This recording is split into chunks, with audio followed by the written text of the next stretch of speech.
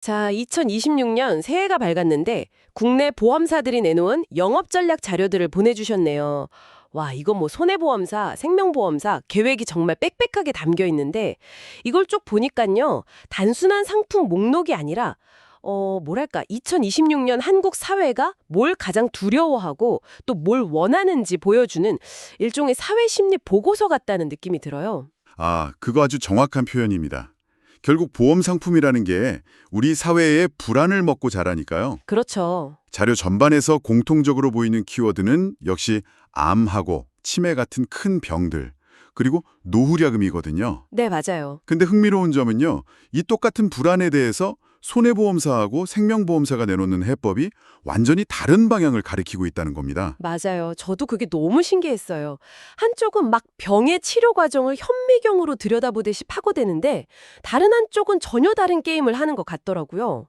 그래서 오늘 이 자료들을 좀 파헤쳐 보면서 보험사들이 우리의 불안을 어떻게 상품으로 바꿔내고 있는지, 그리고 그 뒤에 숨은 전략은 뭔지 그 핵심을 짚어보겠습니다. 좋습니다. 아마 오늘 이야기를 듣고 나시면 단순히 어떤 상품이 나왔다, 이걸 넘어서 보험 산업 전체의 패러다임이 어떻게 바뀌고 있는지 그 큰 그림을 보실 수 있을 겁니다. 그럼 손해보험사 자료 묶음부터 시작해보죠. 딱 첫 장부터 눈에 띄는 게 예전처럼 그냥 암보험 이렇게 뭉뚱그려서 말하지 않는다는 거예요. 네네. 예를 들어 메리츠 화재 자료를 보면 암 진단비만 단독으로 라는 문구가 있는데 여기서 끝이 아니더라고요. 진단 후에 항암 치료를 받을 때마다 최대 5번까지 보험금을 계속 준다는 거잖아요. 이거 완전히 새로운 접근 아닌가요? 네, 바로 그 지점이 오늘날 손해보험의 가장 중요한 변화입니다. 이건 단순히 보장을 하나 추가한 게 아니고요. 보험사의 역할을 아예 재정의하는 것에 가까워요. 역할의 재정이요? 네, 과거의 암보험은 진단 딱 받으면 1억 원 이렇게 큰 돈을 한 번에 주고 끝나는 약간 로또 같은 개념이었죠. 그렇죠. 한 번 받고 끝. 근데 지금은 그게 아니에요. 암 진단이 끝이 아니라 아주 긴 치료 과정의 시작이라는 현실을 인정한 겁니다. 아, 그러니까 진단이라는 한 번의 사건이 아니라 그 뒤에 쭉 이어지는 기나긴 치료 여정 전체를 함께 하겠다. 이런 파트너십 같은 개념으로 바뀌고 있다는 말씀이시군요. 정확합니다. DB손해보험 자료에 나온 뉴 전신성 진단비도 똑같아요. 주요 성인병 진단 시에 큰 금액을 주고 그 뒤에 특정 치료를 2번, 3번 받으면 또 추가로 지급하잖아요. 네네. 이건 보험사가 고객의 치료 과정에 깊숙이 개입해서 치료 단계마다 생기는 경제적인 부담을 같이 나눠주겠다는 신호입니다. 한 번 목돈 주는 것보다 길고 고통스러운 치료 과정 내내 곁에 있어주는 금융 파트너가 되겠다. 이런 전략적인 선언인 셈이죠. 와, 듣고 보니 그러네요. 핀셋 보장이라는 말이 괜히 넣은 게 아니군요. 그렇죠. 근데 이 핀셋이 점점 더 날카로워지는 것 같아요. 치매 관련 자료들을 보면 더 그런데요. 현대해상 상품 설명을 보니까 경증 이상 치매부터 보장한다고 되어 있는데 CDR 3점 이상이라는 말이 나와요. 아, 네. CDR 척도. 이게 사실 신경과 의사가 아닌 이상 와닿지가 않거든요. 도대체 CDR 3점이라는 게 환자에게는 어떤 상태를 의미하는 건가요? 아, 정말 좋은 질문입니다. 그 CDR 척도라는 게 치매의 심각도를 나타내는 지표인데요. 1점이 아주 경미한 단계, 5점이 제일 심각한 말기 상태를 뜻해요. 네. 과거 대부분의 보험은요, 정말 중증 상태인 4점이나 5점은 돼야 보험금을 줬어요. 아, 정말 심각해져야만요. 네.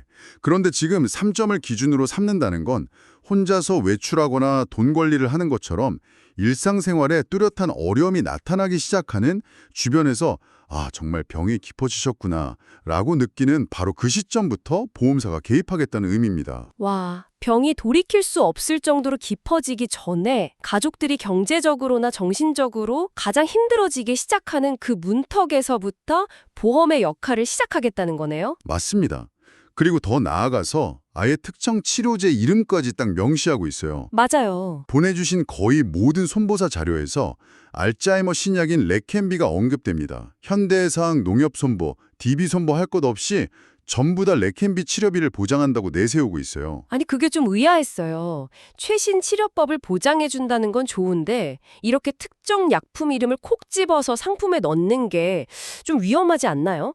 만약에 한 2년 뒤에 레켐비보다 훨씬 좋은 약이 나오면 이 보험은 그냥 구식이 되어버리는 거잖아요. 바로 그 위험성 때문에 오히려 더 강력한 마케팅 포인트가 되는 겁니다. 아, 역으로라? 네, 소비자에게 우리는 의료기술의 최전선을 따라가고 있습니다라는 아주 강력한 신뢰의 메시지를 주는 거죠. 물론 말씀하신 대로 더 좋은 신약이 나오면 상품을 바꿔야 하는 부담이 있죠.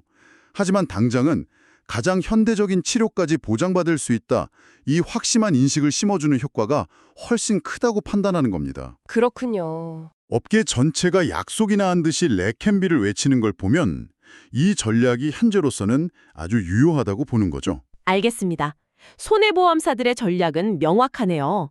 질병이라는 큰 덩어리를 잘게 쪼개서 치료 과정의 모든 단계, 최신 치료법 하나하나에 대응하는 말 그대로 초정밀 타격 방식으로 진화하고 있군요. 네. 그런데요, 자료의 다음 챕터로 넘어가서 생명보험사 쪽을 딱 펼치는 순간, 와, 이건 완전히 다른 세상이 열립니다. 어떤 점에서 그렇게 느끼셨어요? 아니, 방금 전까지는 병원 진료실에서 의사랑 상담하는 기분이었거든요.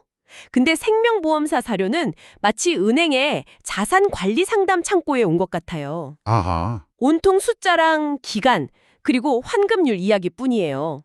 5년 납, 7년 납, 7년 시점 환급률 100%, 10년 시점 107.7%.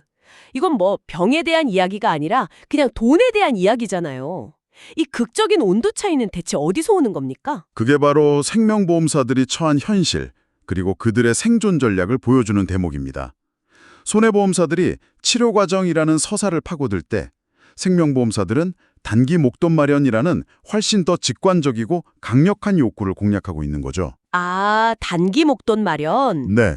지금 같은 저금리 시대에 7년만 부으면 원금을 보장하고 10년이 되면 은행이자보다 높은 수익률을 얹어준다는 제안. 이거 굉장히 매력적으로 들릴 수밖에 없거든요. 그러니까 농협생명이든 교보생명이든 ABL생명이든 다들 약속이나 한 듯이 7년 100%, 10년 107% 이런 공식을 내세우는 게 이게 지금 시장에서 제일 잘 먹히는 숫자라는 거군요. 그렇습니다. 사망보장이라는 종신보험의 본질적인 기능은 그대로 가져가면서 그 위에 단기저축이라는 아주 강력한 무기를 장착한 거죠. 사실 많은 분들이 내가 죽어야 나오는 돈에 대해서는 좀 막연하게 생각하시지만 10년 뒤에 내가 쓸 수 있는 목돈에 대해서는 훨씬 더 구체적으로 반응하거든요. 그 심리를 정확히 꿰뚫은 겁니다. 와, 정말 그렇네요. 저만 해도 종신보험 하면 왠지 좀 무겁고 어두운 느낌이었는데 이걸 완전히 다른 상품처럼 느껴져요. 그렇죠.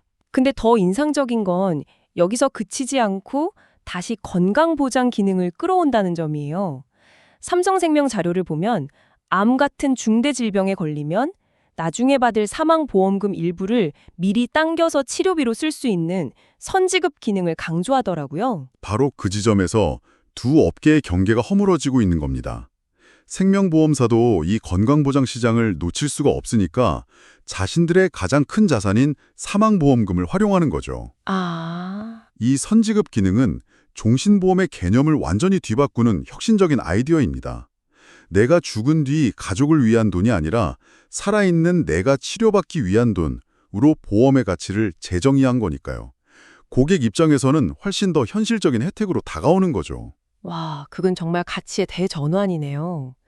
그럼 신한라이프가 암 보장에 호르몬 약물 치료 같은 세부 항목을 추가하고 교보생명이 암 주요 치료 보장 기간을 종신으로 늘리는 것도 결국 다 같은 맥락이겠군요. 맞습니다.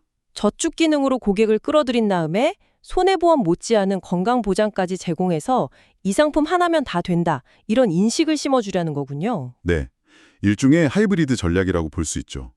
손해보험사의 정밀함과 생명보험사의 안정적인 자산 증식 기능을 합쳐서 고객의 다양한 니즈를 하나의 상품으로 해결하려는 시도입니다.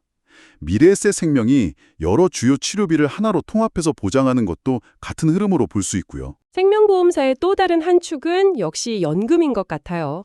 이쪽도 확실성을 엄청나게 강조하네요. 네, 그렇죠. KDB생명의 변액연금 상품 설명을 보면 20년간 연 단리 7% 보증이라는 문구가 있는데 아니 변액연금은 투자 실적에 따라서 수익률이 달라지는 거 아니었나요? 근데 어떻게 7%를 보증한다는 거죠? 그게 바로 요즘 연금 상품의 핵심입니다. 투자 성과가 아무리 나빠도 최악의 경우에도 이것만큼은 우리가 무조건 책임지고 보증해드립니다. 라는 안전장치를 마련해 두는 거죠. 아, 일종의 최저 보증이군요. 네.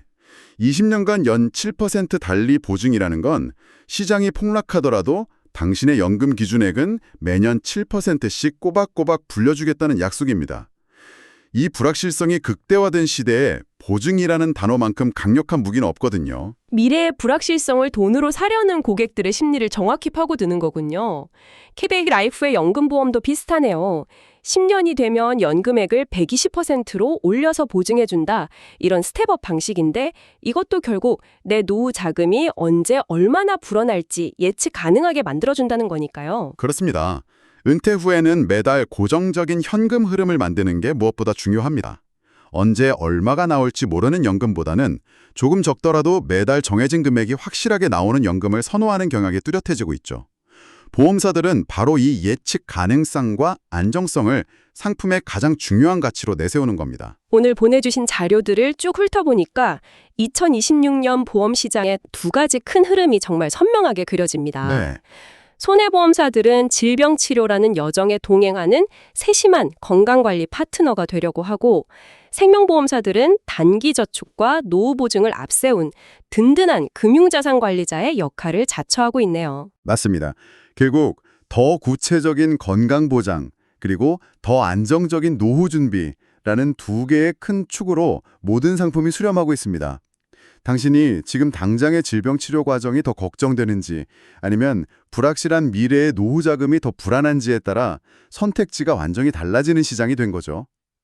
오늘 분석한 자료들은 그 선택의 기준을 명확하게 보여주고 있습니다. 마지막으로 당신께 생각해 볼 만한 질문을 하나 던져드리고 싶네요. 오늘 살펴본 상품들은 대부분 레캔비처럼 현재 존재하는 최신 치료법이나 질병에 초점을 맞추고 있습니다. 이건 굉장히 중요하고 또 필요한 일이죠. 네, 물론이죠. 하지만 여기서 한 걸음 더 나아가서 이런 질문을 던져볼 수 있을 것 같아요. 지금으로부터 한 10년 뒤에 우리가 전혀 예상하지 못했던 새로운 질병이 나타나거나 혹은 지금의 치료법을 완전히 대체하는 혁신적인 기술이 등장한다면 어떻게 될까요? 중요한 질문입니다. 특정 치료법에 고정된 보장은 그 가치가 변할 수 있으니까요. 그렇죠. 지금 눈앞의 위험을 촘촘하게 막는 현재 중심의 대비와 아직 오지 않았지만 언젠가 닥칠지 모를 미지의 위험에 대비하는 미래 중심의 유연성. 이 사이에서 우리는 어떤 균형점을 찾아야 할까요? 이 질문에 대한 답을 한번 고민해 보시는 것도 의미 있을 것 같습니다.